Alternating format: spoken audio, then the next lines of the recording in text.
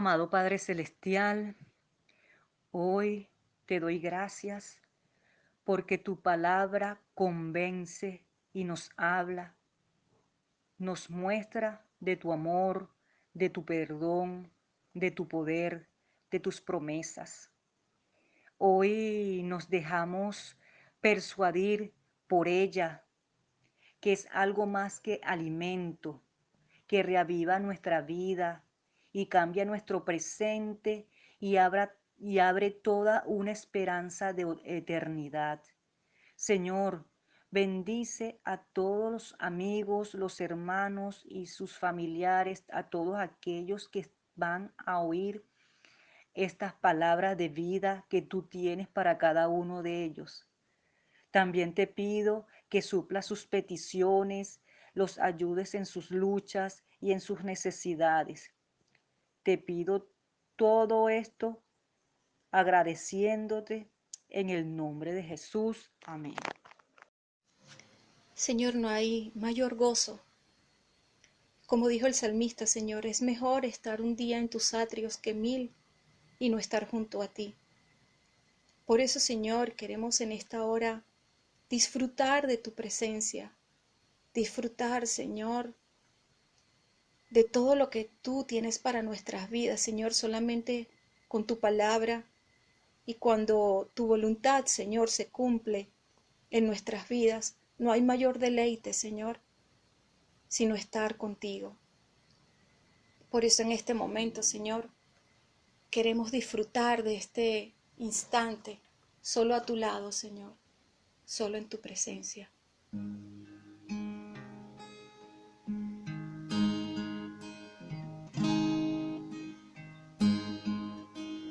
Todo lo que quiero hacer es disfrutar tu presencia. Vine corriendo porque te necesito.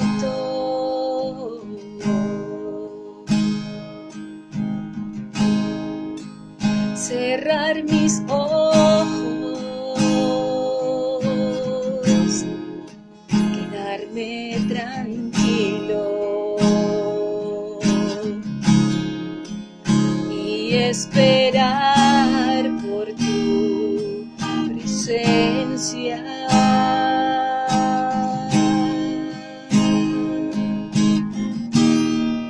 Es algo inexplicable lo que pasa entre tú y yo.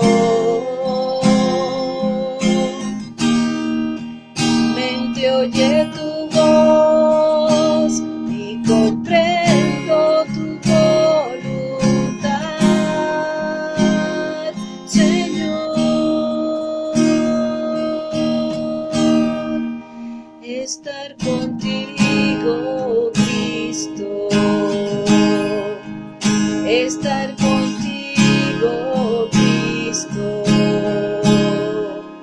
Estar contigo, Cristo. Estar contigo, Cristo. Estar contigo, Cristo. Estar contigo, Cristo. Estar contigo, Cristo. Estar contigo, Cristo.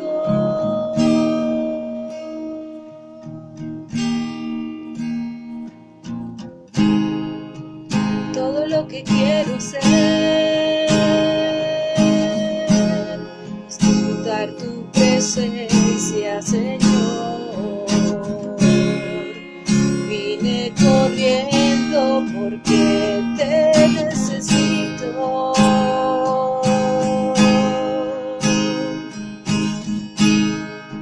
Cerrar mis ojos y quedarme tranquilo y esperar por tu presencia. algo inexplicable lo que pasa entre tú y yo. Mi mente oye tu voz y comprendo tu voluntad, Señor, estar contigo, Cristo. Estar contigo, Cristo. Estar contigo, Cristo. Estar contigo, Cristo. Estar contigo, Cristo. Estar contigo, Cristo. Estar contigo, Cristo. Estar contigo, Cristo. Estar contigo. La historia de Ruth para nosotros fue como hacerle zoom a una lupa en medio de un periodo bastante turbulento que es el régimen de los jueces, que habíamos dejado en Sansón, y dijimos que Ruth era una historia bien particular que había ocurrido dentro de estos tiempos, y ahora llegó el momento de volver a echar el zoom para atrás y ver el panorama completo. ¿Okay? Recordemos que Israel durante el régimen de los jueces era casi un estado fallido, un gobierno que no tiene control de las fronteras, un gobierno que no tiene control incluso de su propio territorio, donde el pueblo hace lo que bien le parece, con gobernantes que cada vez se alejaban más de Dios, y comienza a ser insostenible. Y ahora, cerrado el libro de los jueces con el fracaso de Sansón, hay que considerar varias cosas. Va a empezar a iniciar un periodo de transición, que es el periodo de Samuel. Samuel es el último juez y el primer profeta. Ahora el liderazgo del Espíritu Santo, que antes era puesto sobre los jueces, se traslada no nada más al rey y al gobernante, porque ahora Israel va a dejar de ser una confederación de 12 tribus para pasar a ser un reino único y unificado bajo un rey, sino que también hay que ponerle atención al profeta sobre el cual va a reposar el Espíritu Santo. ¿Okay? Y es extremadamente importante porque siempre vamos a tener que estudiar al rey y al respectivo profeta, que como voy a explicar ahora se va a oponer. A pesar de que Sansón dio un golpe muy duro a los filisteos seguían allí. Lo que hizo Sansón fue erradicar a las cabecillas en esa fiesta en el templo, pero todavía los filisteos seguían allí. Israel no estaba preparada para obedecer, no quiso obedecer el mandato de Dios. ¿Okay? Entonces estamos en un panorama bien complicado, con un gobierno que ahora se queda acéfalo, que no tiene dirección. ¿Okay? Tenemos un país que no sabe qué hacer, y este país empieza a clamar por un estilo de cambio, ¿okay? Un cambio tolerado por Dios, pero que no era voluntad de Dios. Ellos querían ser como los otros países y comienzan a clamar como un rey, ¿okay? O por un rey. Entonces es un tiempo de transición donde el liderazgo del Espíritu Santo ahora va a reposar sobre Samuel. Vamos a ver hoy quién es y todo lo que ocurre a continuación. Y es importante notar que cuando hablamos de liderazgo no me estoy refiriendo al gobernante. De hecho, hay veces que incluso el gobernante ni siquiera era el líder. Los profetas podemos verlo entre comillas como la oposición, pero con mucho cuidado, porque no tenían una intención política. Simplemente eran personas que Dios levantaba para denunciar, para oponerse y cuestionar todo aquello que el rey hiciera que contradijera la voluntad de Dios. ¿Okay? Eso no ocurría en ningún otro reino o país del Medio Oriente antiguo. Solo en Israel un profeta podía pararse a cuestionar al rey y decirle: tú estás fuera de los caminos de Dios. Eso no podía existir en ningún otro lado, porque en los otros lados los reyes tenían el poder absoluto y su palabra era la ley. Entonces aquí, a pesar de que se instala un reino, el rey no tiene poderes de Dios ni es visto como Dios como en los países vecinos. ¿Okay? Y eso empieza a tener conflictividad en Israel.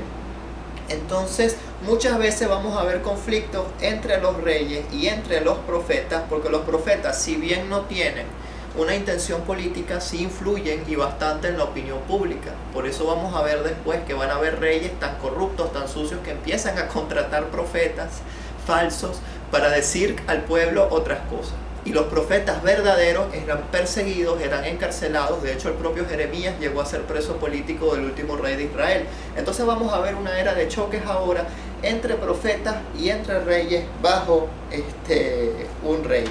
¿Okay? Otra cosa bien importante, a partir de ahora vamos a estudiar varios libros en simultáneo. Como dijimos en Casa Iglesia cuando arrancamos el Antiguo Testamento, no vamos a ver necesariamente libro por libro, vamos a cubrir todo, pero lo vamos a cubrir en orden cronológico.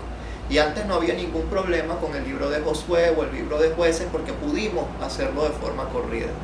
Ya habíamos hecho esto cuando estudiamos el Pentateuco, que estudiamos juntos Éxodo, Levítico, Números y Deuteronomio. Ahora vamos a hacer algo similar, pero un poco más complejo. Vamos a estudiar a partir de ahora los 2 libros de Samuel, los 2 libros de Reyes, los 2 libros de Crónicas, y en esta era es cuando está David y empiezan a surgir algunos salmos. Vamos a ver los salmos a medida que aparezcan. Vamos a ver Eclesiastés cuando llegue Salomón y vamos a poner todo siempre en contexto y en su perfecto orden cronológico.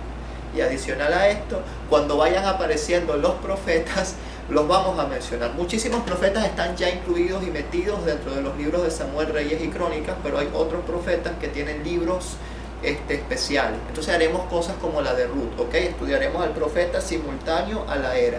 Entonces es bien importante tener el panorama global de todo el Antiguo Testamento, que es lo que hemos venido haciendo hasta ahora. ¿Qué eventos vienen?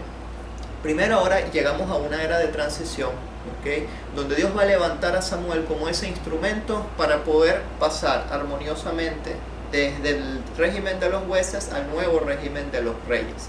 Y se va a establecer el primer rey de Israel, que es Saúl. Eso lo vamos a ir viendo más adelante, pero Saúl comete un error que hace que sea cortado del trono. Llega David como segundo rey. David gobierna en una era de paz, de prosperidad, de expansión de fronteras, de riqueza. Esa riqueza continúa con Salomón, pero Salomón se corrompe y lleva prácticamente el país a la quiebra. La gente con hambre, obstinada de la dinastía de Salomón. Cuando Salomón muere se desata una crisis política y al momento de la sucesión con su hijo Roboam lo primero que hace es aumentar los impuestos en lugar de complacer al pueblo. Eso desata una revolución y hace que surja otro rey, que es Jeroboam, que se autoproclama rey y tiene apoyo de 10 de las 12 tribus. Entonces el reino unificado de Israel, vamos a ver todo esto en estos 6 libros, se va a dividir en 2 pedazos, ¿okay? El reino del norte, que usurpa el nombre de Israel y su capital va a ser Samaria, y el reino del sur, que la capital va a terminar siendo Jerusalén, que es el reino de Judá. Entonces luego, eso lo vamos a ver en el libro de Reyes, vamos a tener una Israel dividida en 2 partes, así como tenemos Corea del Norte y Corea del Sur. Hubo Yemen del Norte, Yemen del Sur, hubo Alemania del Este, Alemania del Oeste. También Israel se divide en 2 pedazos. Entonces vamos a tener que ver los reyes en el norte, los reyes en el sur, los profetas del norte, los profetas del sur, y todo va a ser en simultáneo. Por ahora podemos tener paz de que el reino se va a convertir en uno solo, y eso va a permanecer así hasta los primeros 16 capítulos del libro de Samuel, ¿okay? ¿Por qué estudiar los libros juntos, o entre comillas juntos y no separados? Entonces, porque están íntimamente relacionados entre sí, al punto de que primera y segunda de Samuel eran considerados un solo libro. Lo mismo primera y segunda de Reyes eran un solo libro, y primera y segunda de Crónicas era un solo libro. A la hora de traducir del hebreo a otros idiomas, los traductores los separaron, y eso es una cuestión histórica, y eso no importa ni afecta nada porque la información es la misma, ¿okay? Pero vemos que no son libros divorciados, tenemos que verlos todos juntos. De hecho, en la traducción de la Vulgata Latina, en los libros de primera y segunda de Samuel le llaman primera y segunda de Reyes, y nuestra primera y segunda de Reyes pasan a ser tercera y cuarta de Reyes. O sea, podemos considerarlo primera, segunda de Samuel y los 2 libros de Reyes como 4 libros de Reyes juntos, ¿okay? Entonces, los 2 libros de Samuel, que son con quienes vamos a empezar, a medida que vayan subiendo los otros los vamos incorporando, nos van a hablar de esa transición desde Samuel, es decir, el final del régimen de los jueces. Todavía no ha caído, ¿ok? Cuando vamos a ver Samuel, seguimos en el régimen de los jueces. Está empezando la transición, ¿ok? Ya el país está en agonía, el país no aguanta más y va a iniciar una nueva etapa histórica, pero todavía no hemos llegado a ese punto. Los libros de Samuel nos van a cubrir desde Samuel hasta el fin del reinado de David, ¿ok? Inmediatamente los libros de Reyes continúan con Salomón y nos narran acerca del reino del norte y también del reino del sur, ¿okay? Ambos reinos están en el libro de Reyes. Y en el libro de Crónicas nada más es un foco a los reyes del sur, y también realmente es una historia en miniatura de todo el Antiguo Testamento. cada libro fue escrito para un público, fueron escritos en obras distintas, y es interesante que las fuentes que usan los autores eran fuentes vivas, ¿okay? Cosas que se escribían al mismo momento que ocurrían, aunque los libros se hayan escrito siglos después, las fuentes originales son muy históricamente confiables porque ocurrían casi que al paralelo de los hechos. Entonces registran la desobediencia del pueblo y nos enseñan qué pasa si nosotros no obedecemos el mandato de Dios. Porque ¿qué termina pasando? Una vez que estos dos reinos desobedecieron al punto de que llegaron los asirios, los babilonios y una invasión sucesiva de 5 imperios que vamos a ver después en otra era, cuando lleguemos allá y salgamos de estos libros. Entonces vamos a ver siempre un choque o un contraste entre los reyes y entre los profetas. En el libro de los reyes se cree que fue escrito por un profeta que estaba en el exilio siglos después de que los dos reinos dejaron de existir cuando fueron invadidos. Entonces, como eso fue escrito por un profeta, Dios lo utiliza como un instrumento para denunciar todo lo malo que habían hecho los reyes. Entonces, en el libro de Reyes vemos la parte mala y no hay tanto énfasis en la parte buena. En cambio, en Crónicas es al revés. Crónicas es como una versión oficial, ¿okay? O una posición oficial que tenía el gobierno. Es como ver dos canales, al gobierno y a la oposición. Entonces, cuando estamos en Reyes, estamos viendo a la oposición, vamos a ver muchas cosas malas del gobierno y poco de lo bueno. Y cuando estamos en Crónica, bueno, es la fantasía, todo es maravilloso en el gobierno y no se nos muestra lo malo. Por eso necesitamos ambos libros para entender la realidad completa de lo que era el reino humano de Israel. Y era necesario para mostrar al Cristo Rey, y por medio del rey David, Dios establece un pacto, que eso lo vamos a ver muy a detalle, sobre todo en Segunda de Samuel, los libros de Reyes y también en Crónica, donde donde Jesús va a asumir el trono de David, ¿okay? Y va a ser el rey del universo, y vamos a ver a un Jesús presente en absolutamente todo como siempre, ¿okay? Como lo hemos visto desde Génesis, va a seguir apareciendo acá. Vamos a arrancar entonces, haciendo un paréntesis, el más antiguo, no el más antiguo porque haya sido escrito, sino la historia en orden cronológico. Deberíamos arrancarla en Primera de Crónicas, del 1 al 9. Los primeros 9 capítulos del libro de Crónicas nos narran un árbol genealógico completo y perfecto de todo lo que hemos visto. Y además el autor del libro de Crónicas usó más de 20 libros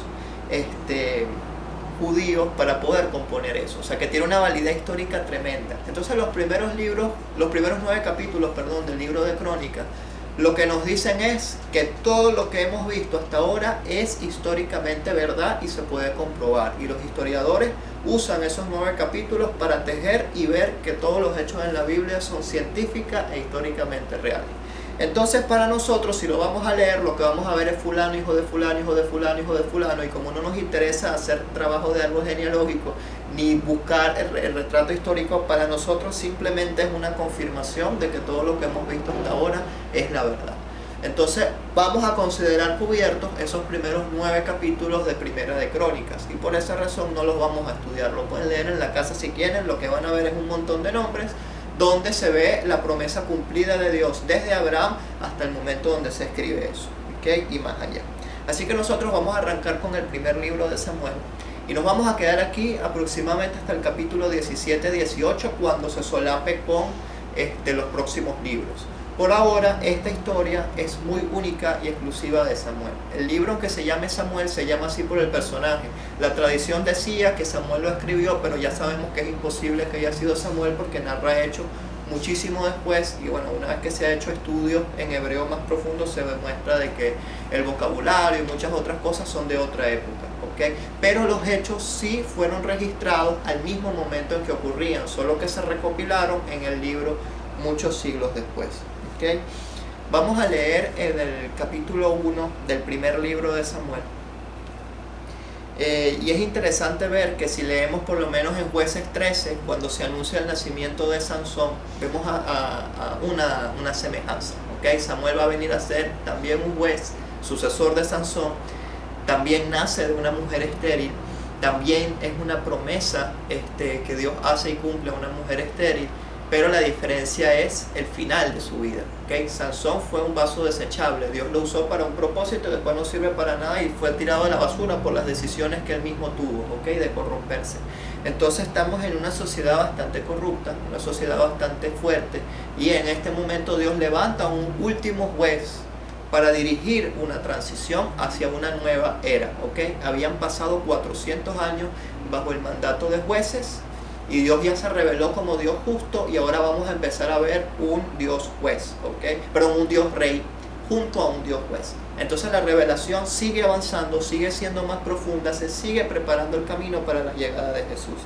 Vamos al versículo 1. Hubo un varón de Ramataim de Sofín, del monte de Efraín, que se llamaba Elcana. Aquí no nos dicen nada del Elcana, pero en Primera de Crónicas 6:27, recuerden que dije que los primeros 9 capítulos de Crónicas nos narran toda la historia o todo el árbol genealógico, el linaje del pueblo de Israel. Aquí ellos mencionan un detalle, que es que Elcana era levita, así que por lo tanto recordemos que los levitas eran la única tribu autorizada de poder entrar y servir en el templo. Por eso es que Samuel va a terminar entrando y sirviendo en un templo, eso era legal. No todos los levitas eran sacerdotes, por supuesto, pero todos los sacerdotes tenían que ser levitas. Entonces ahora Dios le da una posición bastante particular al juez, metiéndolo en el templo y preparando el camino para ser el rey. Entonces aquí vemos casi 3 roles que está cumpliendo Samuel proféticamente: el rol de juez, el rol de profeta y el rol de sacerdote. Entonces es bastante maravillosa esta historia. Entonces él tenía 2 mujeres, ¿okay? La poligamia no es el plan de Dios y trae muchísimos problemas, y ya hemos visto en la Biblia todos los problemas enormes que traía, pero recordemos que estamos en una sociedad enferma, una sociedad que se salió de lo enseñado por Dios en los límites del Edén. Entonces la poligamia era tolerada por la sociedad, pero no es el plan de Dios, y de hecho muchísimos problemas ocurren acá. Entonces Ana era estéril, así que el esposo de Ana, que es Elcana, se casa con otra mujer, ¿okay? Llamada Penina, seguramente porque Ana era estéril. Entonces Penina se las echa: yo soy la que puede tener hijos, yo soy la principal. Seguramente ella era la segunda esposa y lo que hacía era hacerle la vida imposible a la primera. Entonces bueno, es un problema bien grave y familiar el que tenemos aquí. Y dice que él tenía 2 mujeres. El nombre de una era Ana, la otra Penina, y Penina tenía hijos, pero Ana no tenía, ¿okay? Porque era estéril. Y esa es la peor desgracia que le puede ocurrir a una mujer en esta época. Y todos los años aquel varón subía de su ciudad para adorar y para ofrecer sacrificios a Jehová de los ejércitos en Silo, cumpliendo las fiestas que habíamos visto en el libro de Levíticos, en el libro de Deuteronomio, en el libro incluso de Éxodo, que se establecen todas las fechas y las fiestas. Donde estaban 2 hijos de Elí. Elí era el sacerdote del templo, el líder espiritual de allí. Ofni y Fines, sacerdotes de Jehová. Y cuando llegaba el día en que Elcana ofrecía sacrificio, daba a Penina su mujer, a todos sus hijos y a todas sus hijas, a cada uno su parte. Y a Ana daba una parte especial y escogida porque amaba a Ana, aunque Jehová no le había concedido tener hijos. Aquí vemos la soberanía de Dios. O sea, Dios no es que le había castigado, Dios tenía un plan especial con ella, y tenía que ocurrir esta historia maravillosa para que llegara Samuel de una forma especial. Y dice que su rival la irritaba, le hacía la vida imposible, enojándola y entristeciéndola porque Jehová no le había concedido tener hijos. O sea, día y noche a la otra mujer chillándole, fastidiándole, haciéndole la vida a cuadritos porque ella tenía hijos y la otra no. ¿Okay? El problema de la poligamia. Así hacía cada año cuando subía a la casa de Jehová, la irritaba así, por lo cual Ana lloraba y no comía. No comía, unos dicen que era por tristeza, por ira, otros dicen que era un ayuno espiritual. Yo creo que es una combinación quizás de ambas, no lo sabemos. Lo que nos dice es que él no comía, y eso denota un estado profundo de malestar que tenía Ana, ¿okay? Sin esperanza casi. Y dice que Elcana, su marido, le dijo: Ana, ¿por qué lloras? ¿Por qué no comes? ¿Y por qué está afligido tu corazón? Aquí a la aflicción de corazón está escrita en una palabra hebrea que denota más rabia que tristeza. Es esa rabia triste porque estás impotente, quieres hacer algo y no puedes. Y bueno, ¿de dónde va a sacar ella hijos? Ella quiere tener hijos, quiere tener una descendencia, quiere darle un heredero a su marido. Ella era la primera mujer. La otra descarada que viene a hacerle la vida imposible llega porque ella es estéril. Entonces es un estilo de frustración donde no hay salida. Y a veces nos sentimos así. Y viene el marido y le dice, pero ¿por qué estás triste si yo valgo más que 10 hijos para ti? O sea, lo que le está diciendo es, mira, yo te he ayudado, yo te he servido, no te falta nada, ¿por qué estás así? Pero aún así Ana tenía un deseo muy profundo en su corazón. ¿Okay? Y dice que se levantó Ana después que hubo comido y bebido en Silo, y mientras el sacerdote Elí estaba sentado en una silla junto a un pilar del templo de Jehová, ella con amargura de alma oró a Jehová y lloró abundantemente. Ella estaba afligida, no sabía qué hacer, derramó su corazón delante de Dios y salió lo que tenía que salir, lo que ella tenía. Una oración de sinceridad. Mucha gente dice que esto fue un atrevimiento de su parte, que no podemos tratar a Dios así. Yo creo que Dios nos escucha en nuestro estado natural tal como estamos, nos tiene paciencia, nos tiene misericordia, y realmente la oración se define como poner delante de Dios mi deseo y compararlo con el deseo de Él. Entonces el problema no es lo que ella pide, porque realmente pues, muchas veces pedimos mal sin saberlo. Entonces yo creo que si no hubiera sido voluntad de Dios, Dios no le hubiera respondido esto. Entonces aunque veamos algo atrevido, un desafío, una promesa, ella le dice a Dios, si tú me das al hijo, yo te lo voy a dar a ti, lo voy a entregar a tu servicio. Entonces muchos lo ven como un desafío a Dios, y quizás lo es, pero a Dios le importa tres pepinos, porque ese era el corazón de ella, eso era lo que ella sentía, y Dios cumple su voluntad independientemente de lo que otros pensemos. Entonces yo creo que Dios nos escucha tal como somos, y aquí es una Ana sincera, es una Ana sin máscara, es una Ana desnuda en el sentido no físico, por supuesto, sino que no tiene nada que ocultar, no tiene nada que esconder. Dice, aquí estoy, soy una mujer humillada, ¿cuál es el problema? Delante de ti, Señor, tú me conoces, yo no tengo nada que ocultar. Y dice que ella se levantó y hizo un voto diciendo, con amargura de alma, recordemos, en el versículo 11, Jehová de los ejércitos, si te dignaras a mirar a la aflicción de tu sierva y te acordaras de mí, y no te olvidares de tu sierva, sino que dieres a tu sierva un hijo varón, o sea, para colmo exige, que es lo que dicen los que critican su oración, yo lo dedicaré a Jehová todos los días de su vida y no pasará navaja sobre su cabeza. Antes el voto de los nazareos es por un periodo de tiempo. Ella lo está dedicando para toda la vida, o sea, está retando a Dios y le dice, tú pides este voto, yo te lo voy a dar el doble, si me cumples. Entonces aquí Dios le dice, bueno, me sirve para mi propósito, bienvenido sea. Y mientras ella oraba largamente delante de Jehová, Elí, que recordemos es el sacerdote, estaba sentado en una silla en el templo y la ve a ella orando delante del templo, ¿okay? Y dice que observaba la boca de ella. Pero Ana hablaba en su corazón y solamente se movían sus labios y su voz no se escuchaba, y Elí la tuvo por borracha. O sea, el tipo se pensó, en lugar de ayudarla, ser el sacerdote, dijo, no, esta está rascada. ¿Por qué? Simplemente porque las oraciones públicas en la Israel antigua se hacían con voz alta. Entonces si yo veo a una mujer en una época de fiesta, tirada en el piso, hablando así sola, entonces el sacerdote la acusa de borracha. Entonces el sacerdote se levanta y ella, en medio de su dolor, de su aflicción, en medio de tantas cosas, el sacerdote va y la señala y le dice, ¿qué haces tú aquí borracha? En el 14, entonces le dijo Elí, ¿hasta cuándo estarás ebria? Digiere tu vino. Y Ana le respondió diciendo, no, Señor mío, yo soy una mujer atribulada de espíritu. No he bebido vino ni sidra, sino que he derramado mi alma delante de Jehová. Y aquí vemos su corazón, porque cualquiera de nosotros hubiera reaccionado insultándolo y diciéndole, mira, pedazo descarado, ¿cómo es posible que yo estoy aquí? Tú eres el sacerdote y en lugar de ayudarme vienes a insultarme. Entonces, ella tenía razón de caerle cachetada realmente y no lo hace. Es muy humilde y dice, no, yo estoy afligida, yo ya no sé qué hacer. Y eso es entre Dios y yo. Ese que en ningún momento le cuenta sus intimidades al sacerdote. ¿Okay? Dice, no tengas a tu sierva por mujer impía, porque por la magnitud de mis congojas y de mi aflicción he hablado hasta ahora. Elí respondió y dijo, vete en paz, y el Dios de Israel te otorgue la petición que le has hecho. ¿Okay? Él no preguntó qué pediste, ni qué dijiste, ni qué hiciste, simplemente le dijo, está bien, hija, discúlpame, perdóname, y ojalá que Dios te cumpla. Y en efecto, Dios cumple. Y ella dijo, ay, es tu sierva, gracia delante de tus ojos. Y se fue la mujer por su camino y comió y no estuvo más triste. ¿Okay? Ella derramó su corazón delante de Dios, entregó la situación a Dios y esperó. Y a veces qué difícil es la espera. Si ya Dios ha hablado, si ya Dios ha prometido y ya tú entregaste ese caso a Dios, ¿por qué te vuelves a poner triste? ¿Por qué te vuelves a afligir? ¿Por qué te vuelves a clavar un cuchillo?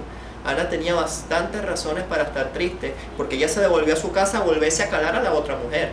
Entonces no es que se acabó el problema seguía, pero ahora tiene otra dimensión, porque ella puso sus ojos en el Señor, ella puso sus ojos y se enfocó en que esto es entre Dios y conmigo, que ladren los que tengan que ladrar a mi alrededor, lo que es entre Dios y yo no lo va a impedir nadie, no lo va a estorbar nadie. Entonces ella tuvo esa paz en su corazón.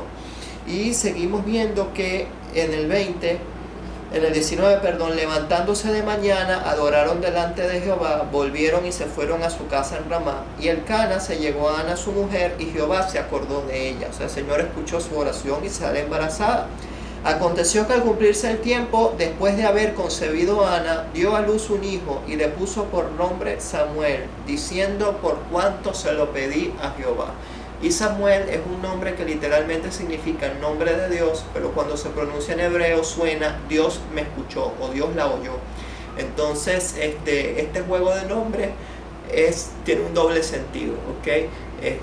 Ese hijo viene en nombre de Dios, ¿ok? Es enviado por Dios, y también este hijo es el resultado de una oración escuchada por él. Y Samuel es una representación de Jesucristo, ¿ok? No es Jesucristo, por supuesto, es una representación de, como hemos visto todos los personajes antes. Y él es el que prepara el camino para establecer el nuevo reino de Israel en paz, que es una representación profética del reino de Jesús, cuando va a venir. Ahora el Señor se va a trasladar de mostrarse como juez justo a rey, y eso lo vamos a ver ahora a continuación. Después subió el varón Elcana con toda su familia para ofrecer a Jehová el sacrificio acostumbrado y su voto.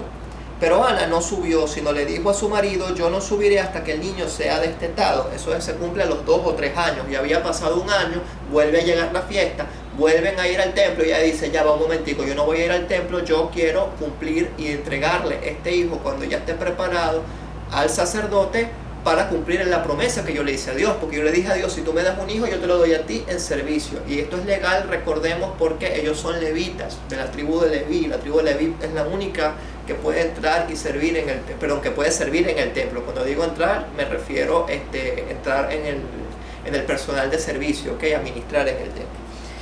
Entonces Elcana su marido le dijo: haz lo que tú quieras, quédate hasta que lo destetes, ¿ok? Solamente que cumpla Jehová su palabra. Y se quedó la mujer y crió a su hijo hasta que lo destetó.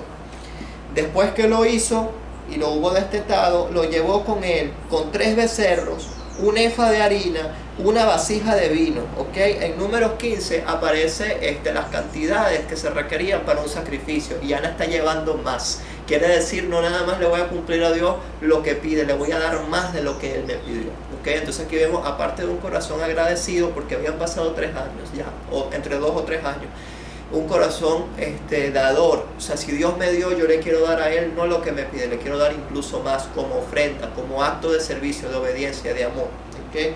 Y lo trajo a la casa de Jehová en Silo, y el niño era pequeño. Y matando el becerro como sacrificio, trajeron el niño a Elí, y ella dijo: oh Señor mío, vive tu alma, Señor mío, yo soy aquella mujer que estuvo aquí junto a ti orando a Jehová. Se encuentra el sacerdote y le dije: ¿te acuerdas de la mujer que tú dijiste que era una borracha? Aquí estoy, aquí te traje a mi hijo, vengo a cumplir la promesa delante de Dios. Por este niño yo oraba. Ahí es cuando le dijo a Elí su oración. No se lo dijo en el momento. Ella esperó prudentemente que fuera el momento. Va con la sorpresa con el muchacho y le dice: ¿te acuerdas que yo estaba llorando? Yo oré por él. Aquí está. Tiene 3 años y yo le dije a Dios que si Él me lo daba, yo se lo entregaba a Él. Yo pues, versículo 28, lo dedico también a Jehová. Todos los días que viva será de Jehová. Y adoró allí a Jehová.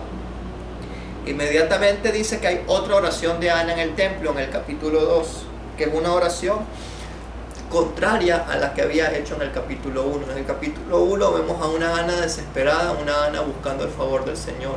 En el capítulo 2 vemos a una Ana agradecida, una Ana alegre, y que hace una advertencia a todos de que Dios es un juez justo, ¿ok? Y en esta oración vemos la proclamación de Jesús y un Dios justo como juez, y al mismo tiempo una proclamación de Dios como rey. Los vemos a los dos Y qué maravilloso que ver eso justo en el libro de la transición entre los jueces y los reyes. Una oración de Ana que nos muestra a un Jesús juez y a un Jesús rey, juntos, en perfecta armonía. ¿Okay? Y Ana oró y dijo: mi corazón se regocija en Jehová, mi poder se exalta en Jehová, mi boca se ensanchó sobre mis enemigos por cuanto me alegré en tu salvación.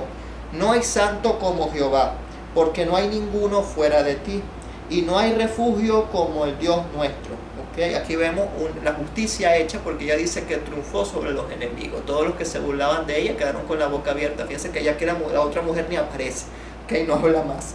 Entonces, no multipliquéis palabras de grandeza y altanería. Esto es una advertencia dentro de su oración para todos aquellos que se oponen a Dios, ¿okay? Que se oponen a su palabra, que resisten. No multipliquen palabras de grandeza y altanería, no se la echen por ahí.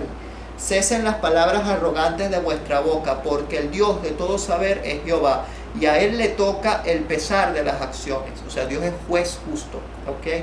Los arcos de los fuertes fueron quebrados, y los débiles se levantaron en poder.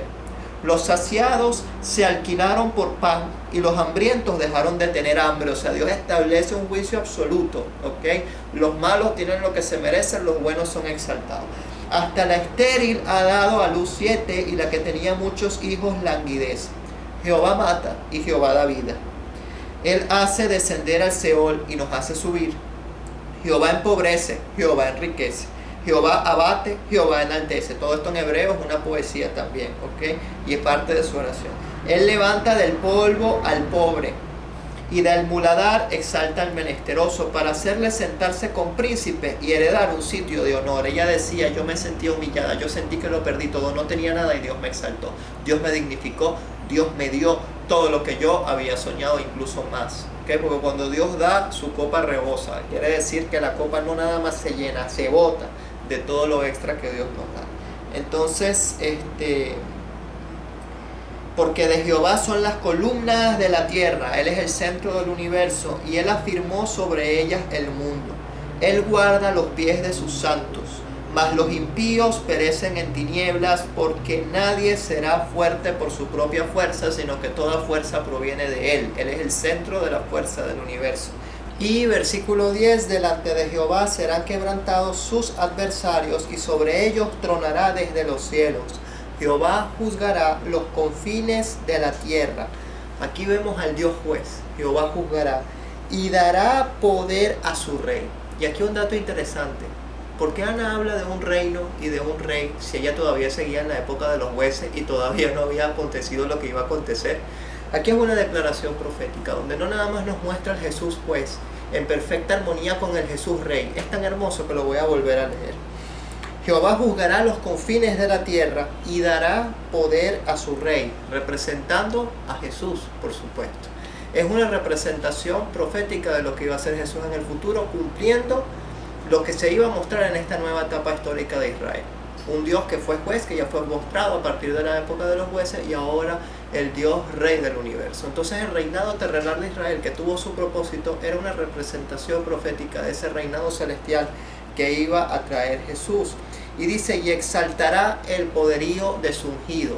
La palabra Cristo es la traducción de ungido o el Mesías, sobre quien reposa el Espíritu Santo. Entonces evidentemente aquí se nos está hablando de Cristo, y en esta oración de Ana está escondido Jesús, está metido allí, y lo podemos ver en toda su gloria y su esplendor. Por eso, abriendo el Evangelio de Mateo, lo primero que vemos en la genealogía de Jesús, vemos que Jesús es heredero legítimo del trono de Israel, porque Jesús tiene la sangre azul, entre comillas, viniendo del rey David. Y ya eso estaba profetizado aquí, apenas nacido Samuel. Todavía seguía el régimen de los jueces, insisto, no había ninguna noción de que había el deseo de establecer un reino. Entonces es bastante interesante que antes de establecer el reino de Israel ya se proclama a Jesús como rey, y doblemente interesante que sea justamente en el libro de la transición, de los jueces a los reyes, donde vemos una imagen combinada por primera vez del Dios juez con el Dios rey. Y cerramos el versículo 11, donde dice que Elcana se volvió a su casa en Ramá, y el niño ministraba o servía a Jehová delante del sacerdote Elí. Y ahora tenemos a un Samuel que se quedó creciendo en la casa del sacerdote. Uno pensaría que es el mejor ambiente, pero la historia nos dice que no. Y eso lo vamos a ver en la próxima semana, cuando se empieza a entretejer la aventura que va a llevar a Israel de pasar del régimen de los jueces al régimen de los reyes. Dios los bendiga.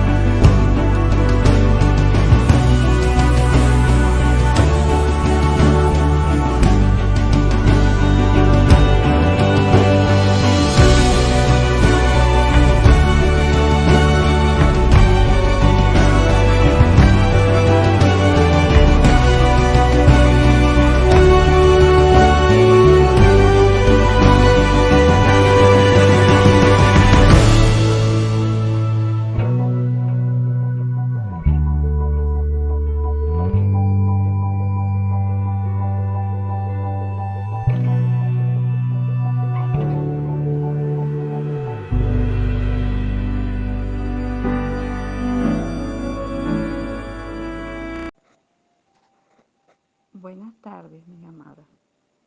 En esta tarde les voy a compartir el siguiente pasaje que se encuentra en el Evangelio según San Juan, el capítulo 16.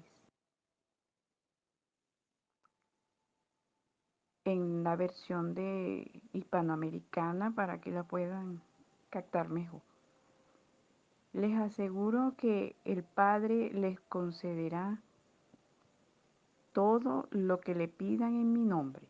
Hasta ahora ustedes no han pedido nada en mi nombre. Pidan y recibirán para que la alegría de ustedes sea completa. Hasta ahora les he hablado en lenguaje figurado, pero llega el momento en que no recurriré más a este lenguaje, sino que les hablaré del Padre en forma clara y directa.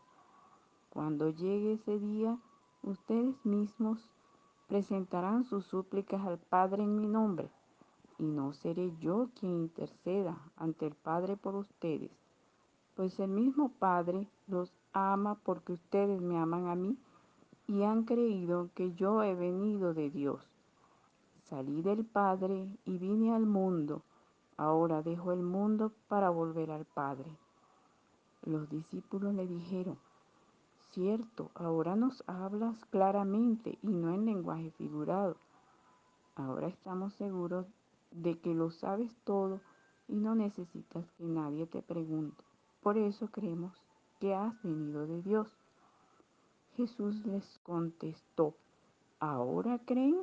Pues miren, se acerca el momento, mejor dicho, ha llegado ya, en que cada uno de ustedes se dispersará por su lado y me dejarán solo, aunque yo no estoy solo, porque el Padre está conmigo. Les he dicho todo esto para que, unidos a mí, encuentren paz.